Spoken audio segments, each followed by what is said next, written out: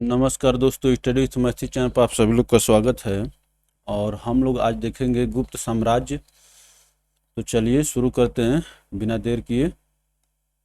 देखिए, गुप्त साम्राज्य का उदय तीसरी शताब्दी के अंत में प्रयाग के निकट कौशाम्बी में हुआ। इलाहाबाद के निकट जो है एक उत्तर प्रदेश में कौशाम्बी जिला है, वहीं पर हुआ गुप्त साम्राज्य का उदय। गुप्त वंश का संस्थापक श्रीगुप्त था। देखिए, श्रीगुप्त का शासनकाल क्या हुआ, 240 से 280 ईस्वी।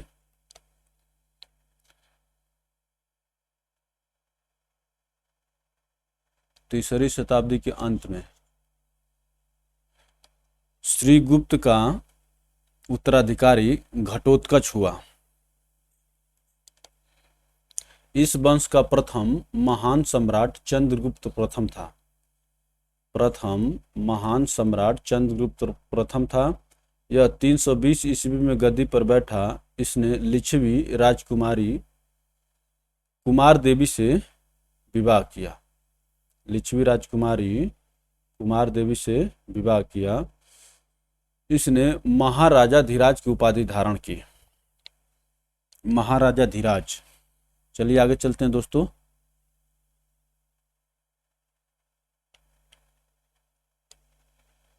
गुप्त साम्राज्य की शुरुआत चंद्रगुप्त प्रथम ने की। गुप्त साम्राज्य की शुरुआत जो है चंद्रगुप्त प्रथम ने की। आगे चलते हैं। चंद्रगुप्त प्रथम का उत्तराधिकारी समुद्रगुप्त हुआ, जो 335 ईस्वी में राजगद्दी पर बैठा। तो ये बैठे थे 320, 15 साल बाद समुद्रगुप्त गद्दी पर बैठे। इसने आर्यावर्त के 9 शासकों एवं दक्षिणावर्त के 12 शासकों को पराजित किया। 9 शासकों दक्षिणावर्त के 12 शासकों को पराजित किया। इन्हीं विजयों के कारण इसे भारत के का नेपोलियन कहा जाता है। समुद्रगुप्त को इन्हीं विजयों के कारण इसे भारत का नेपोलियन कहा जाता है। इसने अश्वमेध कर्ता, विक्रमांक एवं परम भागवत की उपाधि धारण की। इसने अश्वमेध कर्ता, विक्रमांक एवं परम भागवत की उपाधि धारण की। इसे कविराज भी कहा जाता है। इसका मतलब ये कवि भी था, तभी तो कविराज कहा जाता है। चलिए आगे चलते हैं। परम भागवत की उपाधि धारण करने वाला प्रथम गुप्त शासक समुद्रगुप्त था।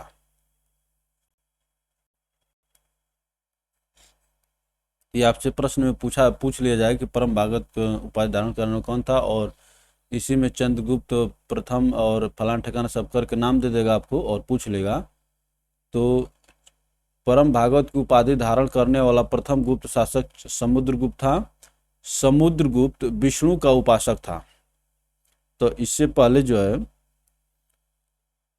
भगवान बुद्ध और जैन धर्म के उपासक माने जाते थे, लेकिन ये देखिए समुद्रगुप्त जो है विष्णु का उपासक था। समुद्रगुप्त संगीत प्रेमी था। इसे ऐसा अनुमान उसके सिक्कों पर उसके वीणा वादन करते हुए दिखाए जाने से लगाया गया है। संगीत प्रेमी था और वीणा वादन, चलिए इसको जोड़ लेंगे आप लोग। समुद्रगुप्त का दरबारी कवि हरिशेन था, जिसने इलाहाबाद प्रशस्ति लेख की रचना की। चलिए आगे चलते हैं। समुद्रगुप्त का उत्तराधिकारी चंद्रगुप्त द्वितीय हुआ, जो 380 ईस्वी में राजगद्दी पर बैठा। देखिए, तो प्रथम और द्वितीय में बहुत लोग कंफ्यूज होते हैं, ठीक है ना। तो समुद्रगुप्त का उत्तराधिकारी चंद्रगुप्त द्वितीय था, और जो इसके संस्थापक थे श्रीगुप्त, उसके बाद जो आया चंद्रगुप्त प्रथम। चंद्रगुप्त द्वितीय के शासनकाल में चीनी बौद्ध यात्री फाहियान भारत आया।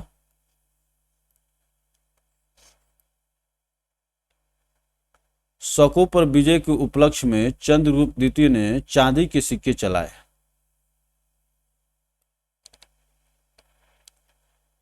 साब चंद्रगुप्त द्वितीय का राज कवि था, साब। और समुद्रगुप्त का राज दरबारी कवि कौन था? हरिश्चंद्र था। और समुद्रगुप्त के बाद चंद्रगुप्त द्वितीय के का दरबारी कवि कौन हुआ? साब हो गया। चंद्रगुप्त द्वितीय के समय में पाटलिपुत्र एवं उज्जैनी विद्या के प्रमुख केंद्र थे। चलिए आगे चलते हैं, बहुत अच्छी रोचक जानकारी मिल रही है। अनुश्रुति के अनुसार चंद्रगुप्त द्वितीय के दरबार में 9 विद्वानों की एक मंडली निवास करती थी, जिसे नवरत्न कहा गया है। महाकवि कालिदास संभवतः इनमें अग्रगण्य थे। तो कालिदास जो थे चंद्रगुप्त द्वितीय के ही दरबार में रहते थे।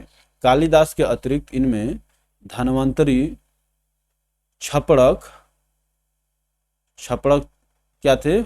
ज्योतिष के विद्वान थे। अमर सिंह कोशकार, शंकु वास्तुकार, वेताल भट्ट, घट करपर, वराह मिहिर खगोल विज्ञानी एवं वर रुचि जैसे विद्वान थे। वर रुचि, तो ये जो है चंद्रगुप्त द्वितीय के दरबार में रहते थे। इसमें से आप ये देखिए, खूब पूछता है। कालिदास हो गए, धन्वंतरी हो गए, और इसमें कालिदास, धन्वंतरी, मुख्य रूप से यही है। वैसे तो पूछने को तो कुछ भी पूछ सकता है। कालिदास के अतिरिक्त इनमें धन्वंतरी, छपड़क, अमर सिंह, शंकु, वेताल भट्ट, घटकरपर, वरामीर एवं वर रुचि जैसे विद्वान थे। चंद्रगुप्त द्वितीय का संधि विग्रहित सचिव वीरसेन शैव मतावलंबी था, अर्थात ये शैव धर्म को मानने वाला था।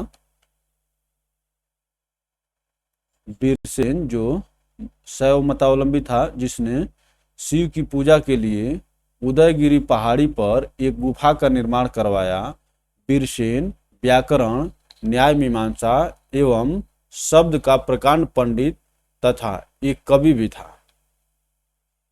ये वीरसेन के बारे में बताया जा रहा है। तो इसको ये व्याकरण का ज्ञाता था, न्याय मीमांसा का भी ज्ञाता था, एवं शब्द का प्रकांड पंडित एवं कवि भी था।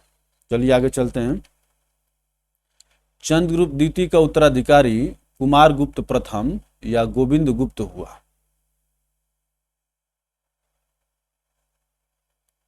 चंद्रगुप्त द्वितीय का उत्तराधिकारी कुमारगुप्त प्रथम या गोविंद गुप्त हुआ। नालंदा विश्वविद्यालय की स्थापना कुमारगुप्त ने की थी। देखिए आ गया, हम लोग पढ़ते हैं तो याद करते करते क्योंकि दिमाग से सटक जाता है, लेकिन जब इसको सीक्वेंस कहानी के रूप में जानेंगे तो याद होगा। नालंदा विश्वविद्यालय की स्थापना कुमारगुप्त ने की थी। कुमारगुप्त प्रथम का उत्तराधिकारी स्कंद गुप्त हुआ। स्कंद गुप्त ने गिरनार पर्वत पर स्थित सुदर्शन झील का पुनरुद्धार किया। खूब पूछा जाता है सुदर्शन झील का पुनरुद्धार किसने किया? तो स्कंद गुप्त किया। तो देखिए चंद्रगुप्त द्वितीय का अधिकारी कुमारगुप्त प्रथम हो गए। कुमारगुप्त प्रथम के उत्तराधिकारी स्कंद गुप्त हो गए। और स्कंद गुप्त जो सुदर्शन झील है उसका पुनरुद्धार किया, अर्थात तो उसको पुनर्निर्माण किए, साफ सफाई बढ़िया से सब कुछ बने। आप समझ रहे हैं पुनरुद्धार करने क्या मतलब होता है। स्कंद गुप्त ने पर्णदत्त को सौराष्ट्र का गवर्नर नियुक्त किया। स्कंद गुप्त के शासनकाल में ही हुणों का आक्रमण शुरू हो गया। अंतिम गुप्त शासक विष्णुगुप्त था। गुप्त साम्राज्य की सबसे बड़ी प्रादेशिक इकाई देश थी, जिसके शासक को गोपना कहा जाता था, एवं दूसरी प्रादेशिक इकाई भुक्ति थी, जिसके शासक ऊपरिक कहलाते थे।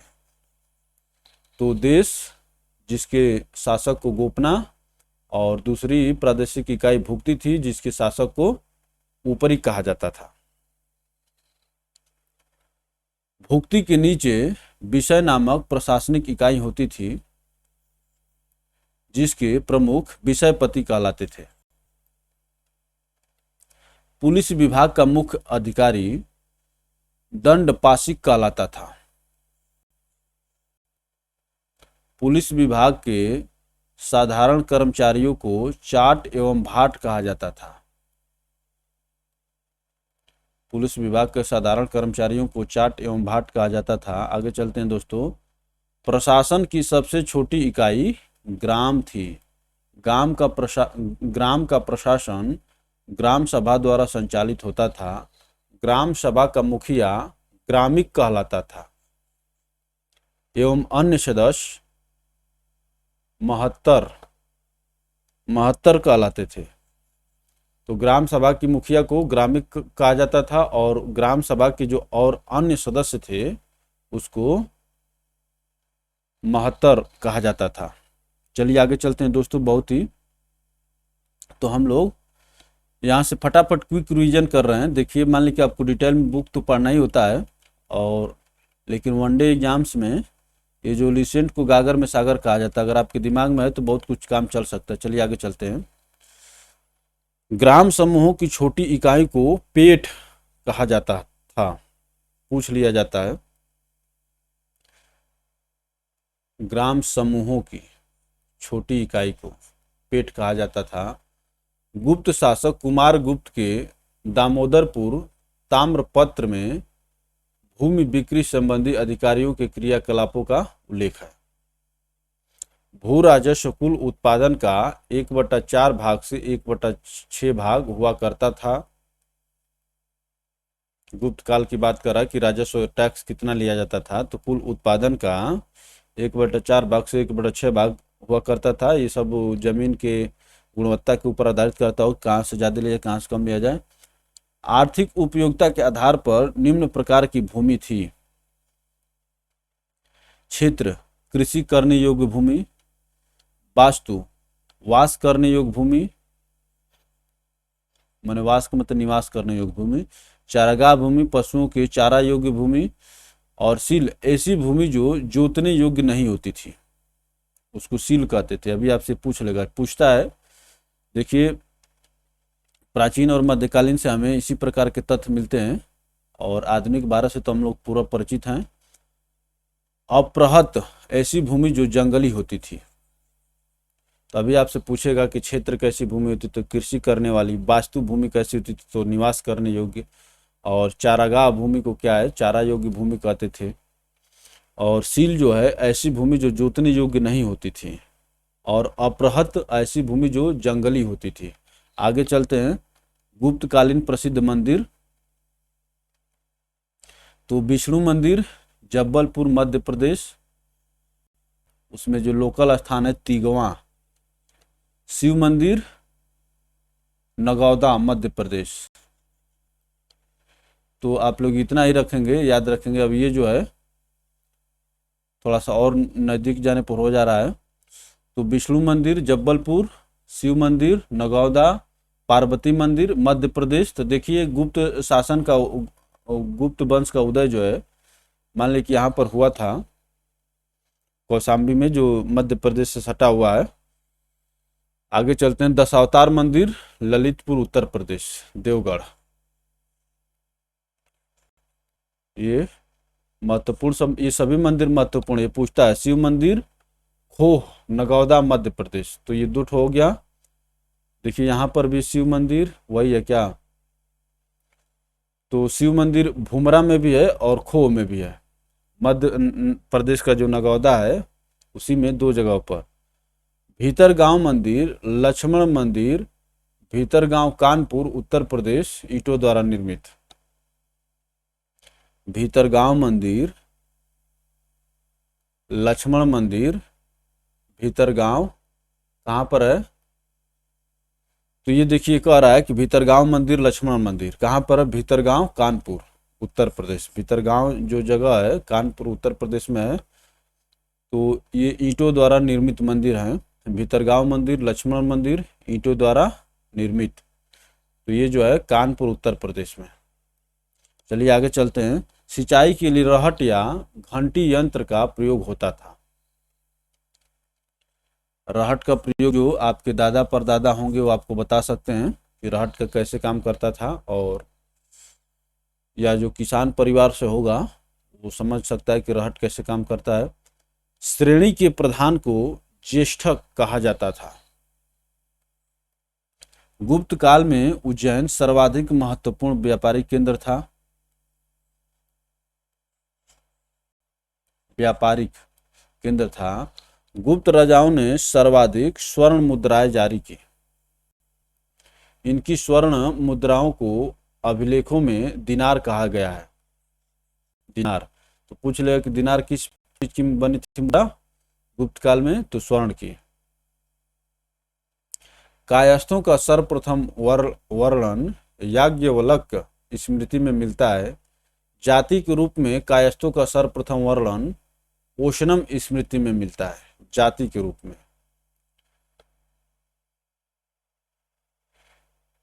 जाति के रूप में कायस्थों का सर्वप्रथम वर्णन ओशनम स्मृति में मिलता है। तो याज्ञवल्क्य की स्मृति और ओशनम स्मृति आप याद रखेंगे, ये कायस्थों से जुड़ा हुआ है।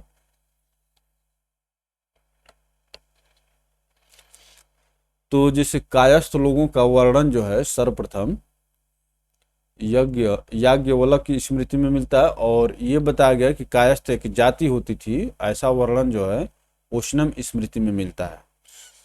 तो जो बातें हैं उसको थोड़ा सा इलेबोरेट करके पढ़ते चलना है।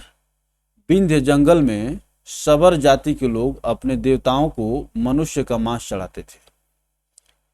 विंध्य जंगल में सबर जाति के लोग अपने देवताओं को मनुष्य का मांस चढ़ाते थे।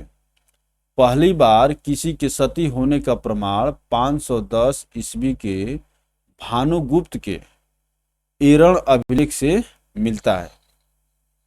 पहली बार किसी के सती होने का प्रमाण 510 ईस्वी के भानुगुप्त के एरण अभिलेख से मिलता है, जिसमें किसी भोज राज की मृत्यु पर उसकी पत्नी के सती होने का उल्लेख है। किसी भोज राज की मृत्यु पर उसकी पत्नी के सती होने का उल्लेख है। चलिए आगे चलते हैं दोस्तों। गुप्त काल में वेश्यावृत्ति करने वाली महिलाओं को गणिका कहा जाता था।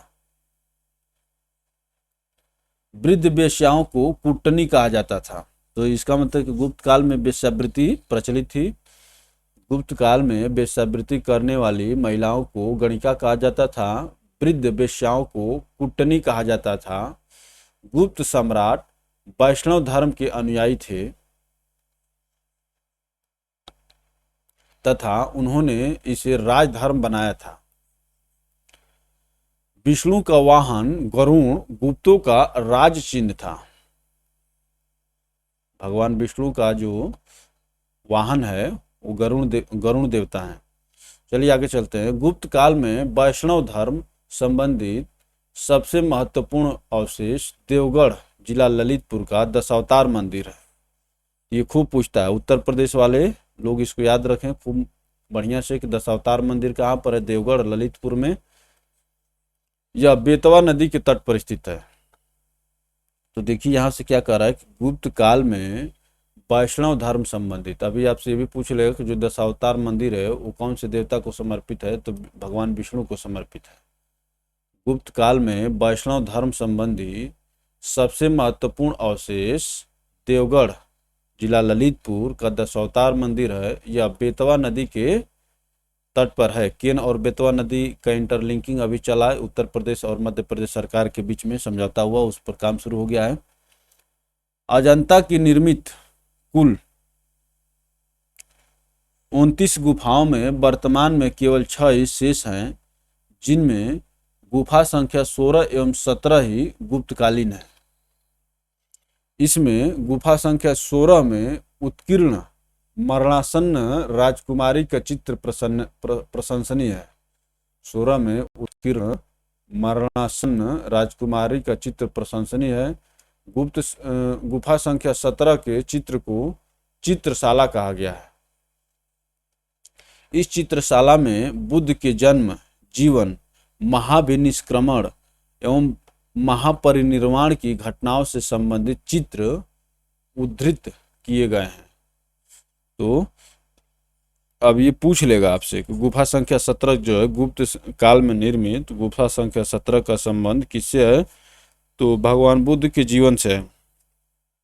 तो इसमें देखिए कि जन्म, जीवन, महाविनिष्क्रमण एवं महापरिनिर्वाण की घटनाओं, तो बहुत ही महत्वपूर्ण और रोचक जानकारी है।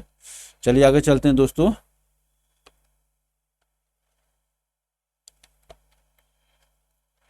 अजंता की गुफाएं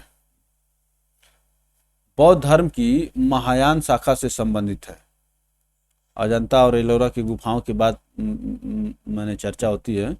चलिए आगे चलते हैं। गुप्त काल में निर्मित अन्य गुफा बाघ की गुफा है, जो बाघ जिला धार मध्य प्रदेश नामक स्थान पर विंध्य पर्वत को काटकर बनाई गई थी। तो बाघ की गुफा जो है कहाँ पर है? मध्य प्रदेश में, धार जिला में। और ये विंध्याचल पर्वत जो नाम सुनते हैं उसको काटकर बनाई गई है। तो पूछ लेगा कि बाघ की गुफा का संबंध किस माने वंश से? तो गुप्त वंश से। चलिए आगे चलते हैं। गुप्त काल में विष्णु शर्मा द्वारा लिखित पंचतंत्र को संसार का सर्वाधिक प्रचलित ग्रंथ माना जाता है। बाइबिल के बाद इसका स्थान दूसरा है। तो गुप्त काल में विष्णु शर्मा द्वारा लिखित पंचतंत्र कौन सी भाषा में है? संस्कृत में।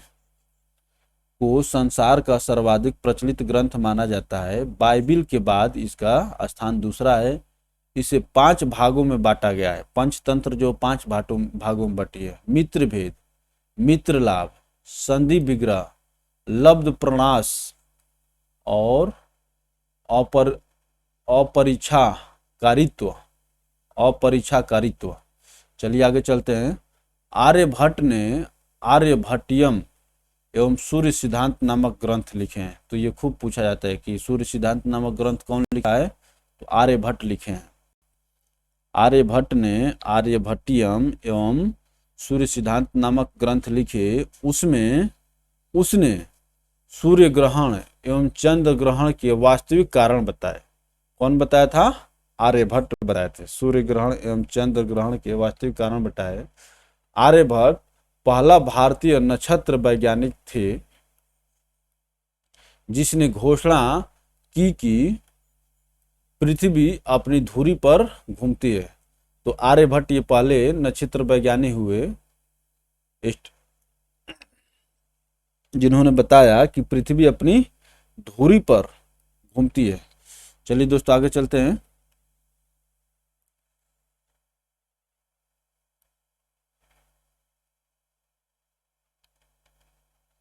देखिए इसमें क्या है।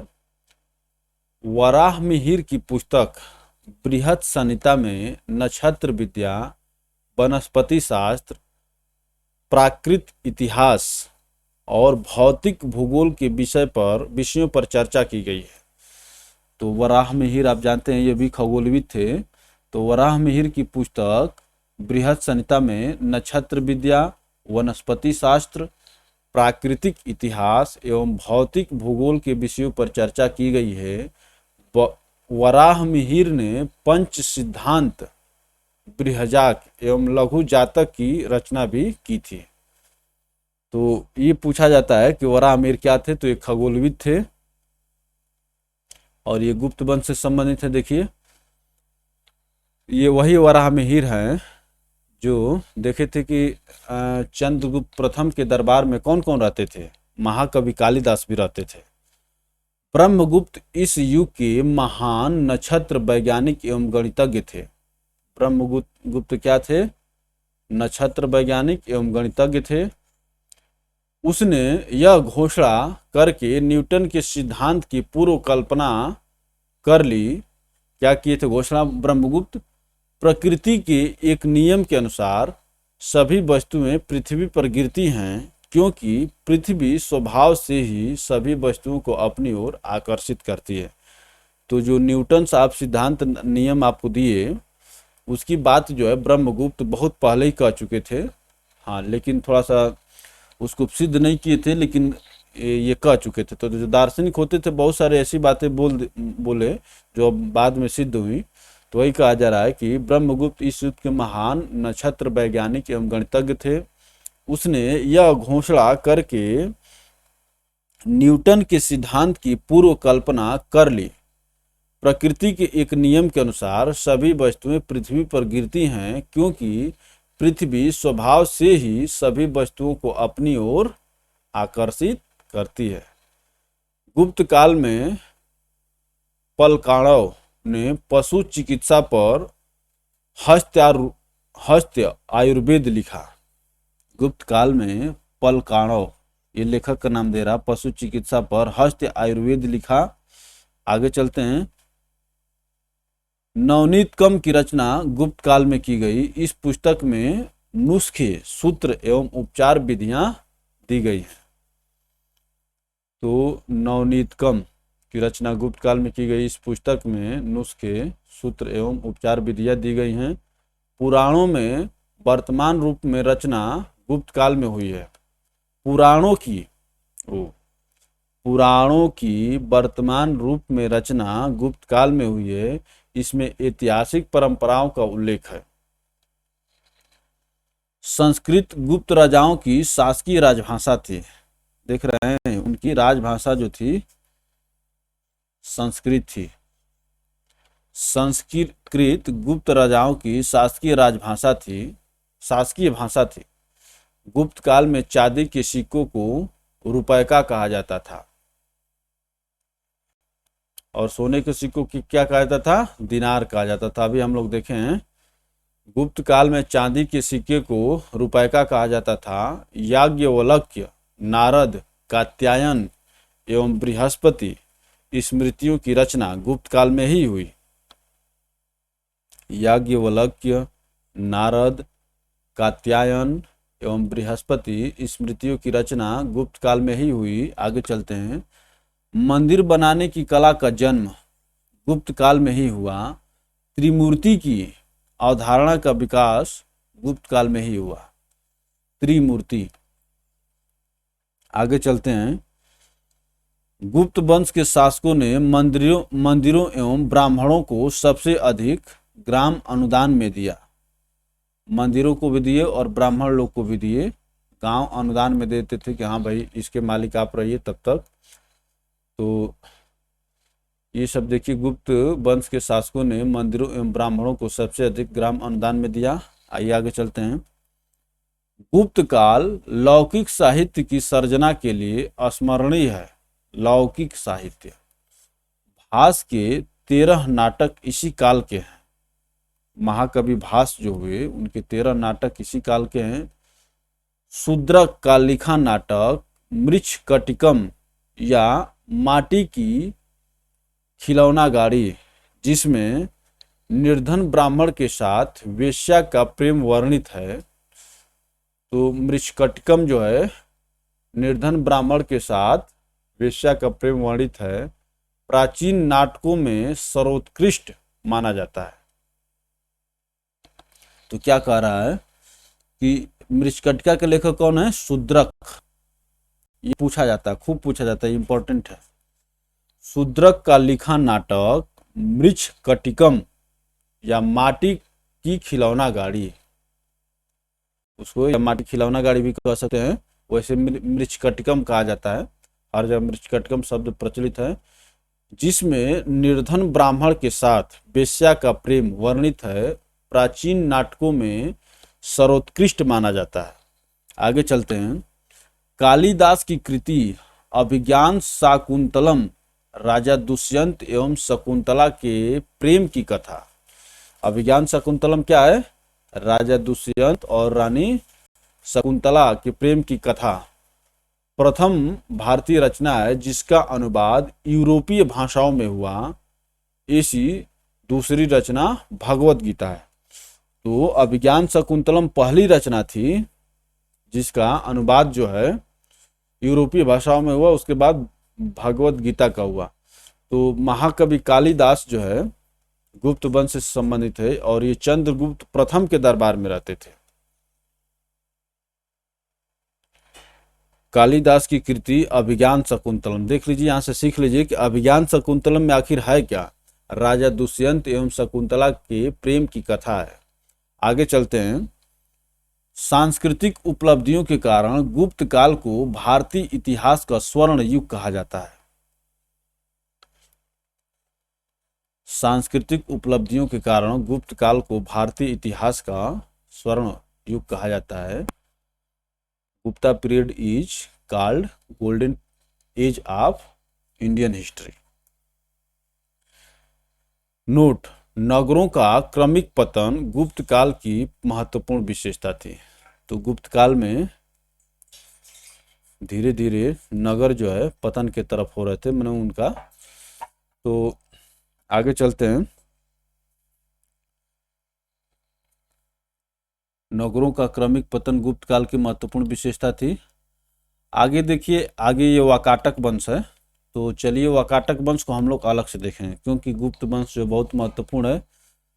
तो चलिए दोस्तों, इस वीडियो में इतना ही, फिर हम लोग दूसरे वीडियो में देखेंगे। तब तक के लिए धन्यवाद।